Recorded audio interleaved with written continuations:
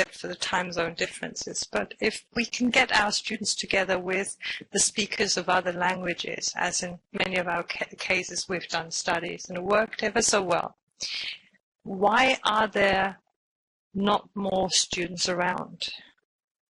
Would the audience not readily agree that we educators are surprised that not many more are around?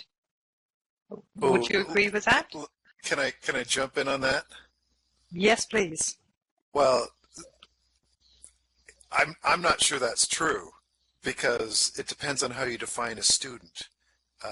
One example I'm thinking of, this is somebody you introduced me to. I'm blanking on his name. A guy from Japan who was in his late 40s or even early 50s. He was not a traditional student, but he talked to us on Edunation about his experience of years and years ago. He had studied English in school, forgotten nearly everything, and he came into Second Life largely because he saw it as a way to practice his English. He was not doing formal education, but when he talked to us, that was after he'd been in Second Life, I think for a couple of years, just doing role play. In fact, he often was dressed as a woman, if I remember correctly. So obviously not an educational situation in terms of traditional education, but he was telling us his story in perfectly understandable, though not entirely grammatical, English, based solely on his communicative experiences in a virtual world. And to me, it's kind of a redefinition of what is a student. In some ways, we're all students here of something. So there might not be as many formal students, but tons of informal students. Have a comment? Can I jump in also? It's a good thing. Why are there not more students? Why are the teachers not using it more? That from my point of view here, I'm still trying to promote it. One of the things they mentioned is that, and that's the image Second Life had created. This kind of Second Life, and also the clothing, the clothes. I mean, smart girls with short dress and things like that. It's create a kind of image which for some is not a positive thing. Besides all the difficult learning curves, but at the same time, if we compare with all the gaming thing, there they also had to get into details. That's just one of my impressions. Well, coming back to what Randall said, I mean, it is easier to get the student or the end user into Second Life. I find that the teachers often are the obstacle. I mean, just let me give you an example. We were working on a project where we had classes from 4 different countries, and they had, they were adults or adult education, business classes, and so on. And my colleague from the Czech Republic and I suggested that we have an exhibition, because it was kind of business these classes had to do. We said, well, to do business, because they couldn't meet in real life, would be fantastic in Second Life. And it didn't happen. Why? Because the teachers or the trainers or professors said, our students don't like it. They find it so difficult. And they found 1,000 reasons why they couldn't do it, wouldn't do it, and didn't want to do it. And there was one German professor involved, and he now is in another project that is dealing with Second Life. And I asked him, I said, you were so much against it. And he said, well, if you go into Second Life and you don't know, and he felt insecure and this kind of thing. And I think, there is a lot to be done with taking teachers by their hands, and this is why I'm offering to, wherever I go, I offer free tours through Second Life, at conferences and so on. There are not many people who then really get on board, but you can't drag them. But I think it's a slow, but it's a way of doing it. Full stop.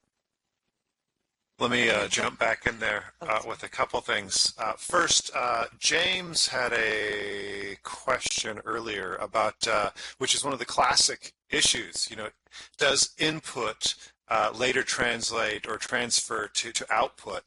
It's an interesting issue, and I in the same way in a classroom, sometimes you get classrooms where there's just lots of input and not output. And I think that was the case with this guy from Japan.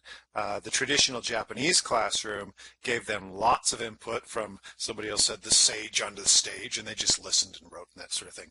And I think that was his experience when he first came into Second Life. He felt totally incapable of understanding most of what he heard, and absolutely incapable of producing language. But through that input that he was getting, and the interesting thing is, it's input that is in a context, not like you're listening on the radio where it's very hard to keep up. Many times it's in a contextual situation. Now, his contextual situation sometimes was cross-dressing. It's still a contextual situation, but clearly in his case, it led to wonderful output. His ability to communicate increased greatly. And yes, we absolutely need a lot more study on these sorts of individuals. It's a bit tricky, right, ethically, in cases like his. As for a structured experience, having informal students meeting in Second Life, that was from Jupiter. Yeah, that's clearly an issue as well. That's one of the reasons, I like to use this for telecollaboration. For me, any technical tool is just that. It's a tool. It's not the magic bullet to fix things. I use Second Life for telecollaboration because it lets me do things that my students couldn't do via email, for example. It lets them interact in a different way. That also solves the issue of I can't find anyone because there's a group there that they're going to work with. The someone is already there. So I'll let other people jump in. Can I jump in here? I have actually seen in English City some amazingly rapid development in oral skills, whereas I deal with students who've studied English for 11 years and there's no production virtually when I first encountered them. And I really think this immersion is even better than going to another country because of the fact that you're not going to just speak survival English to get around unless you're sitting in a cafe having deep conversations. So they just feel they've formed better relationships and they're less shy about sharing their English. The other thing is I have, my university's a little bit stodgy, being a private Catholic university, and I took a really good lesson at Mashinivo from JJ. Now, help me, Heike, is it Jagathison? JJ from the University of Western Australia? Can you hear me? Yes, it is. Oh, that's his, yeah. I just cannot pronounce it. Yes, me neither. So he really inspired me when he gave his presentation at Mashinivo because he had gotten all of the chancellors and people, the stodgy people of the university to become judges in their machinima contest, and he just completely opened a whole new gateway for the whole university, and he just made me feel like his theory was you have to bring people into a familiar territory first. So he'd bring them to the university. And so I started doing that with my students. We'd sit around a table just like, okay, we've done this before. We're sitting around a table and talking. And then we would, we'd get sort of the buy-in, and then we would venture out and do those quests. And the first time I took my students in the first semester, really, they didn't buy in. And it lacked structure, and it lacked the training necessary to proceed. So recent experience, I've learned a lot and I think I'll be moving even more in a positive direction if the technology will help me a little bit along the way. That's it. Over and out. Heike, sorry, there was certain questions in the chat in the beginning here. It was Alfonso who had a question to me. I've been looking at the chat, and they were answered, and it was really Crystal's point of view is, isn't it the teachers? And somebody else was saying, isn't it the faculty members? That was a comment from Betsy. Faculty members are against. The students are here. So they say, and Randall has had a fantastic point about the amazing progress, and so did Winchell. I've heard of amazing progress myself numerous times with people without actually any funds entering in Second Life, and simply by conversing with others and joining the several free sims where there are language activities going on, which is amongst others is Vertlantis and sorry, that's Cyprus Chat. Sorry, yes. Atlantis and Cyprus Chat are two islands in Second Life, both operating in different time zones. Cyprus Chat is Asian-based and Atlantis is European-based, so you'll find always activities for language learning going on with, in the case of Atlantis, there are several languages, and in the case of Cyprus Chat, it's English. So beautiful activities. What I would like to sort of also address the question is with the challenges and pitfalls, because that was one of the first questions that MBTX has also asked. Is scripting really necessary to get the students a really great language learning experience? Or is it telecollaboration? What is really the ideal environment? What is the ideal activity using virtual worlds?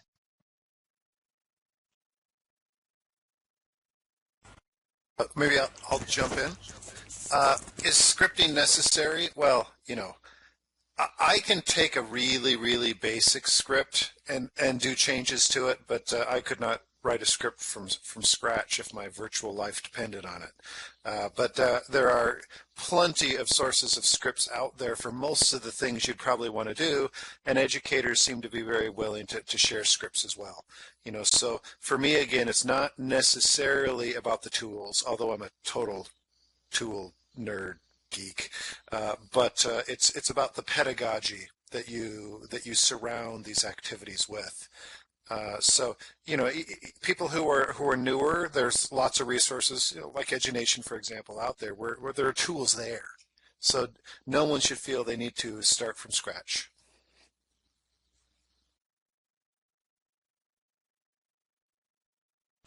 Can I add to that? I totally agree with it. I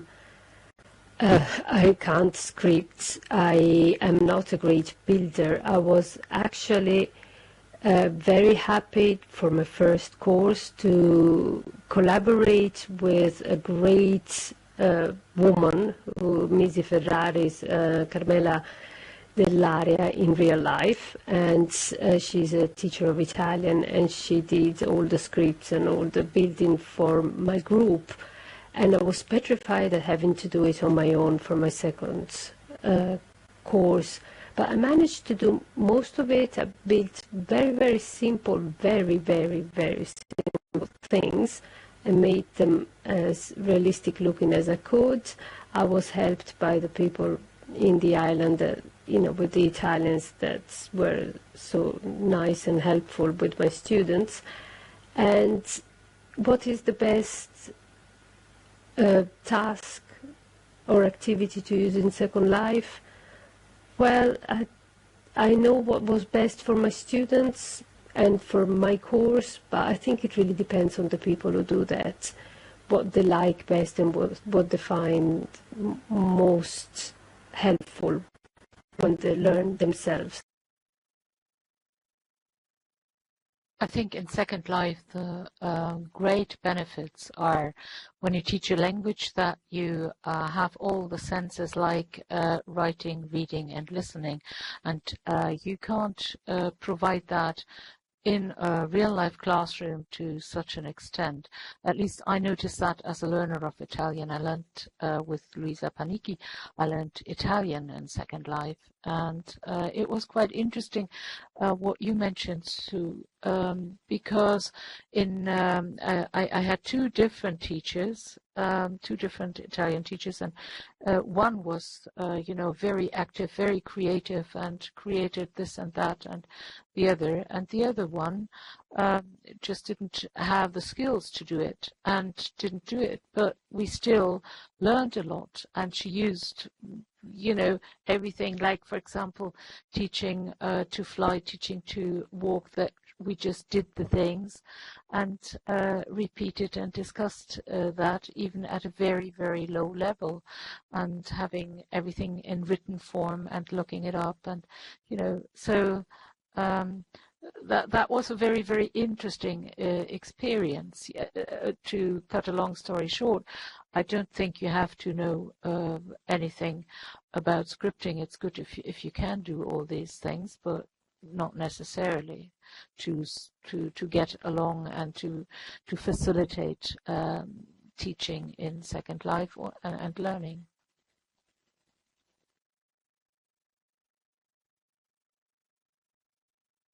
Anybody else still want to comment on the affordances and the constraints of this environment, or the challenges and the opportunities, as it were, the pitfalls? Does the audience also have some thoughts on this one? What do you think are the opportunities? And please, Randall, over to you.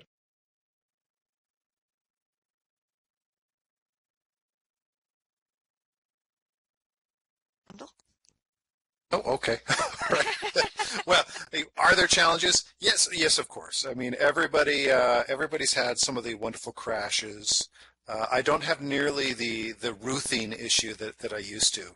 I mean, virtual worlds it's an environment that pushes the edge of technology. Whether it's Second Life or another virtual world.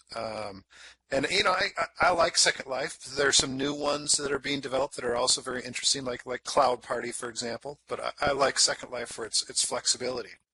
So I see this as a work in progress, and it's currently a flawed work in progress. But again, for me, the perspective is it lets me do things I couldn't do otherwise, and that's key. If I could do the same sorts of things I do in Second Life with another tool that was perfect and didn't cost me anything, I'd be there. But I have not found that tool yet.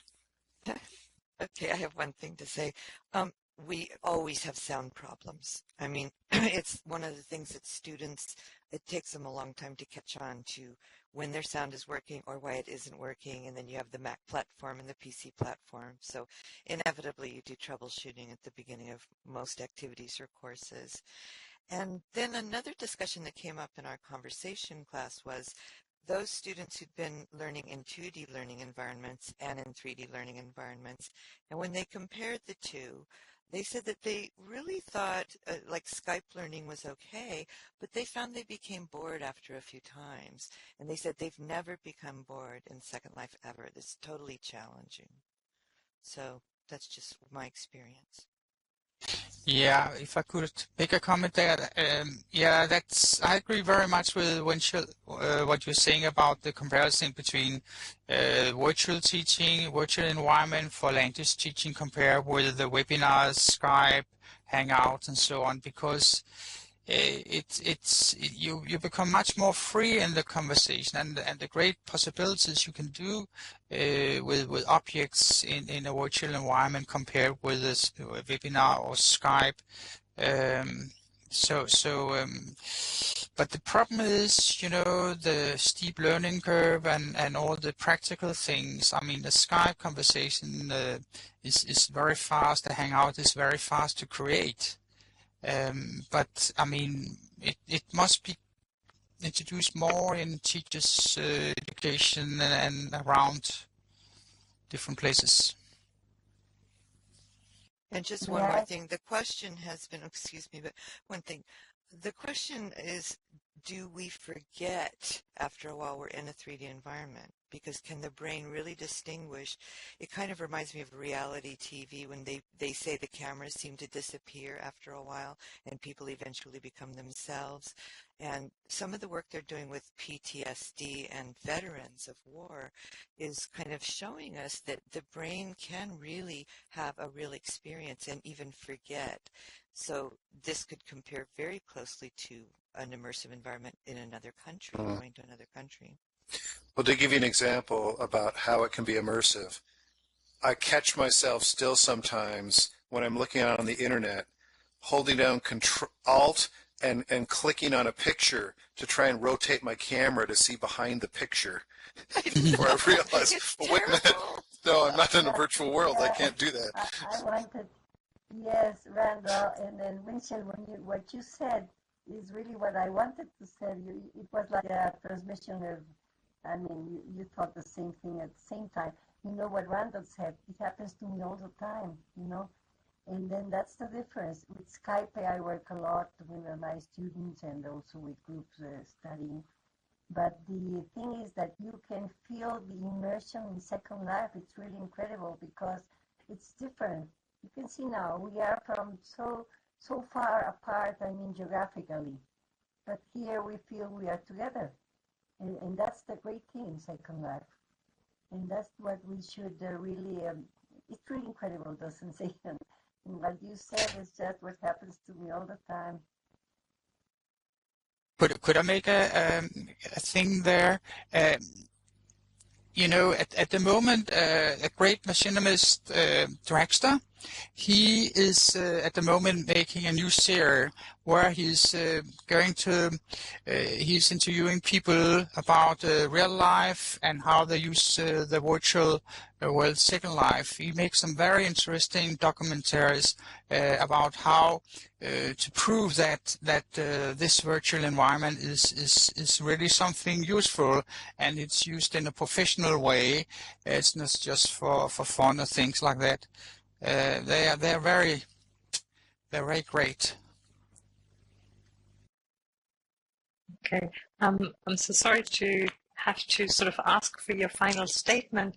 Could I perhaps also just address the bit of excitement that we have, as educators, have seen in the last couple of years of us being an in-world for a while, and which I think some other educators might share, is the excitement about machinima. And could I ask the audience also whether you think that we've now reached maybe a different level, or what has machinima added to the great affordances in this environment? And also, of course, the question to the panelists, but as a last statement by each one of you, because I'm afraid we'll have to wrap up then.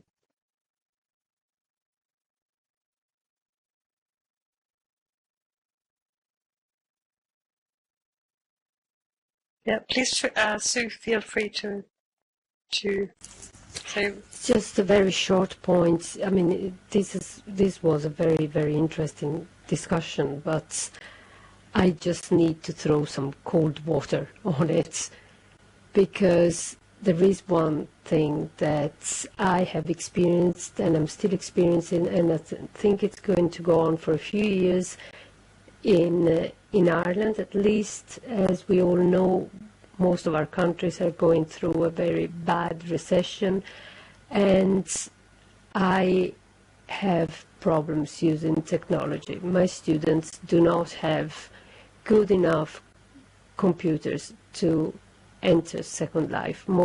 Many of them couldn't take part in my courses because their computer wasn't good enough.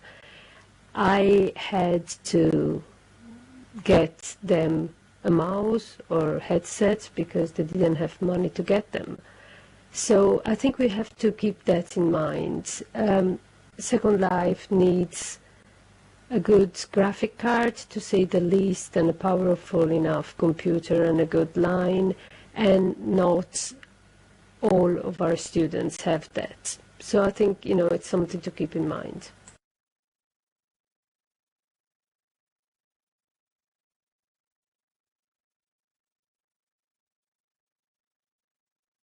Totally agree. So, Randall, would you just continue with your last statement, and then we move to Winchell and go back to me then? Let's just take that turn.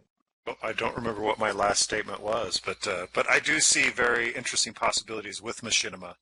Uh, just like virtual worlds, it's in its infancy, and I think even over the time that I've been seeing machinima being made, it's improving rapidly, So and it's such a wonderful way to make a film on the cheap, and given today's economy, that's a good thing. And I just love it when students start making machinima. That just sends me over the moon. So getting to the point where everybody can participate in a project, collaborate, and maybe even do it over time or just a short one in a class period. I just think it has a great future. I really do. It's a great, and it allows you to flip the classroom often because they can do all that little fun machinima watching outside of class, and when they come, then we can spend the whole time talking. So I like that concept as well.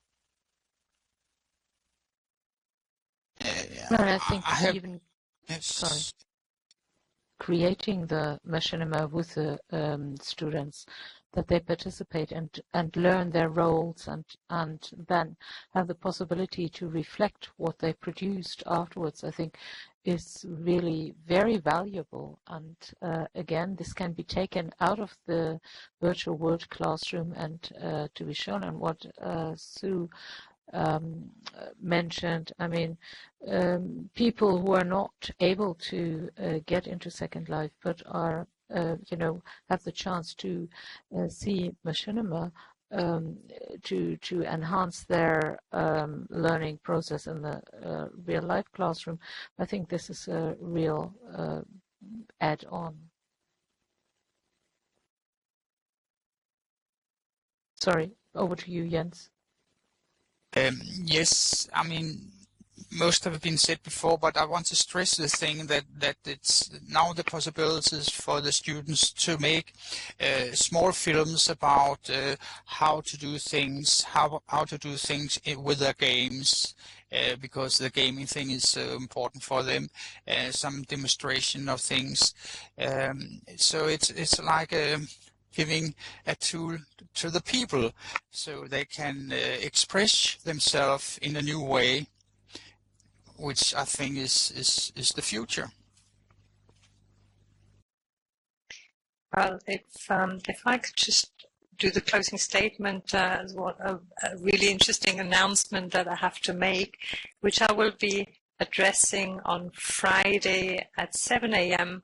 SLT time here at Virtual World Best Practice in Education Conference during a keynote, which I'm to give.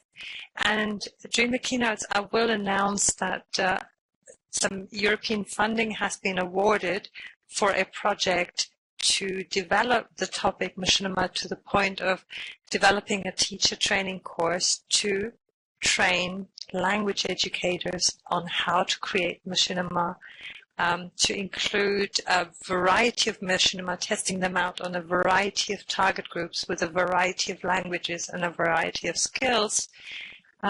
Also, yeah, thank you. And also some guidelines on how to use machinima in class for those who are not actually involved in the creating process. And this has been an innovative character for the European Commission to award for a 2-year project, which starts in December this year. And some 9 European partners will, and it's got quite a sizable budget, so you can imagine that, I don't know if I can mention it's €500,000. So what is interesting about this one is that there were 4 main reasons that the project partners identified as in not the million, sorry, it was $500,000. Well, the 4 main reasons of why machinima are so interesting is because, first of all, there will be a large need for digital content in future, and moving pictures are the best way to communicate education. Then the second reason was the cost effectiveness of producing these machinima in comparison to real life videos or real life films. Then thirdly, teacher autonomy, interestingly. Teacher and learner autonomy was the third reason why they did approve this funding. Students learning to create machinima, recording their own conversations. Very, very powerful. And last but not least, one of the reasons that I personally really, really like was the fourth reason they approved this budget was because somebody who watches a machinima can log into Second Life and actually teleport himself to the very location where this machinima was shot and engage in exactly that conversation. Now imagine this very learner to be a Chinese in the middle of China in a rural area, and he actually watches a machinima video learning basic conversation like a hotel check-in or similar. And then he can log into Second Life and engage with English speakers to do and reiterate just that very conversation.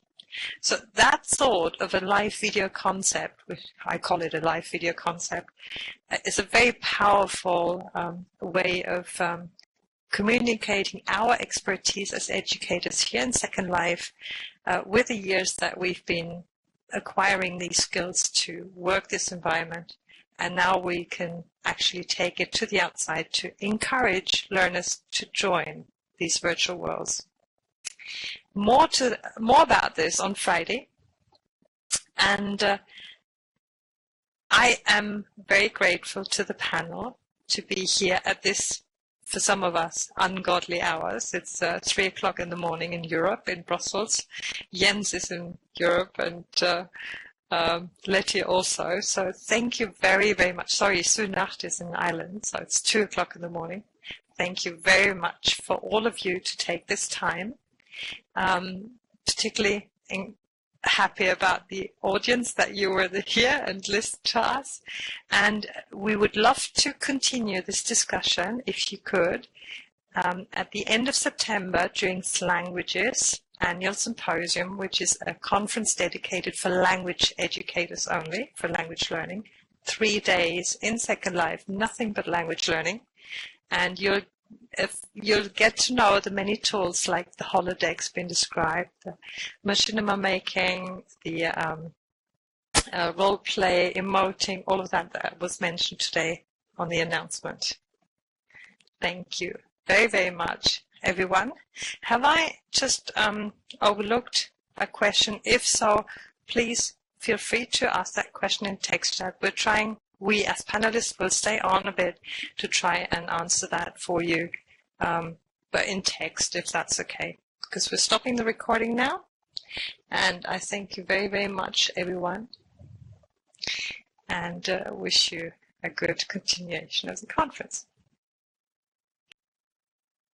Oh, one last announcement. Go and watch the wiki of Linden Lab. The educational rate has now been reintroduced.